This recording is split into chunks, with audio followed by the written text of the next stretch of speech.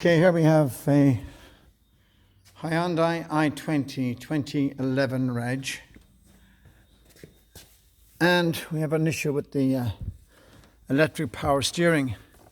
Now there's plenty of sites that shows you how to remove the steering, not too many in English actually, so just to explain to you quickly there are two bolts that slide into that, and they're just here, look, 1 and 2 there. Okay, so that is the steering column, as you can see, it pushes up into that, and we have the same, goodness me, it's very tight in here, right down in the back. You can see the two holes there, look, just there and there, and then they just go up overhead and in there. Okay, that's all it holds it in. It's just two holding it in.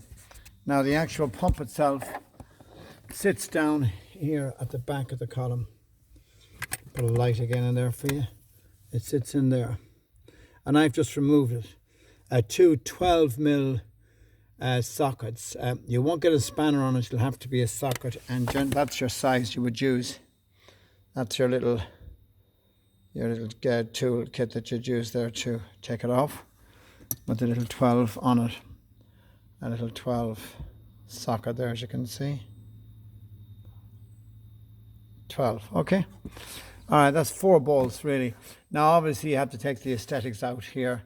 You take off the side plate here and you'll get a couple of little bolts there and one in there as well. So you have that one and you have that one, and then you have a couple that hold that aesthetics into that. That's simple stuff. The aesthetics are not hard at all. But I would leave the seat forward and let the steering wheel sit on the seat. They're very, very heavy to try and push back in again.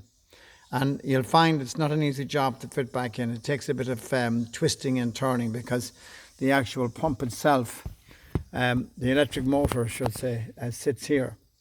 And it will go right up to there, so it'll get caught on a lot of bits and bobs going in there. But anyhow, that's just showing you it out really. I didn't want to show you how to remove it, because there are plenty of sites to show you how to remove it.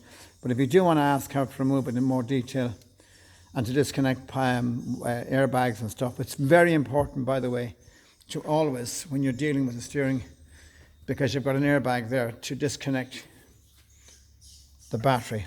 Always disconnect the battery cable. Now, I just want to show you what I found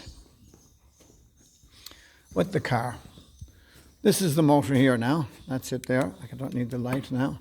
That's the motor. Now this little fella here is quite tight. A screwdriver in, wedging it in under there, and another one on the other side on a flathead, of course, not that, a flathead, right, flathead like that. Okay, in under there, and just wedge it out nice and slow, and it will come. Okay, it will come out. That comes out, put them out of the way.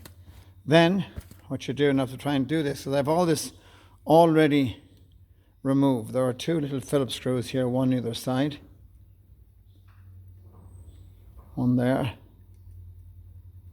Now it's going to just take a little bit, because I'm trying to hold it with one hand, and the other's on the other side there, as you can see. There's the other one there that I'm pulling out now. I had them out so far now, just so as not to bore you to bits. And then this is going to come up. Now this will come up.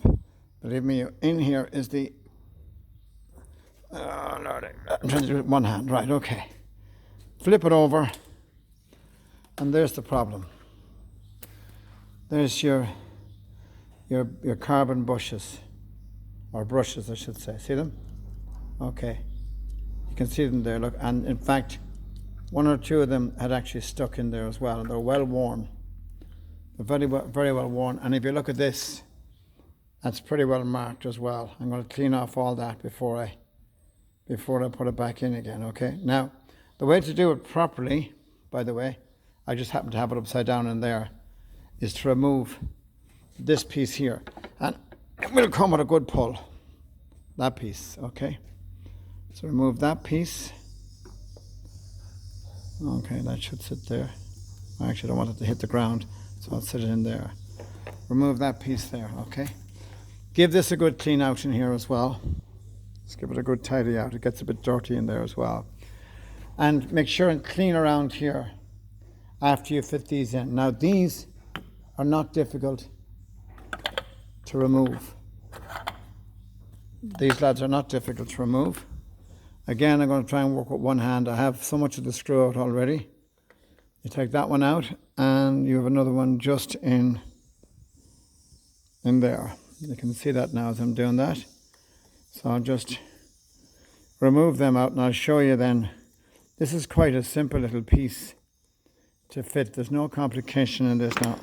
Hands are getting all dirty because I was working with gloves. Make sure you don't lose any of these little screws, by the way. So that just then comes up. Well, oh my goodness me, it will just be awkward now. And come up, there you go. So it comes out, it sits down there and comes out like that. And then you get the whole piece with the wire and everything on it, as you can see. And you put the new piece back in and you fit everything back in. And that's the main reason for this power steering issue on these Hyundai i20s. You'll find a rough, just that might should turn around. I think it does turn around.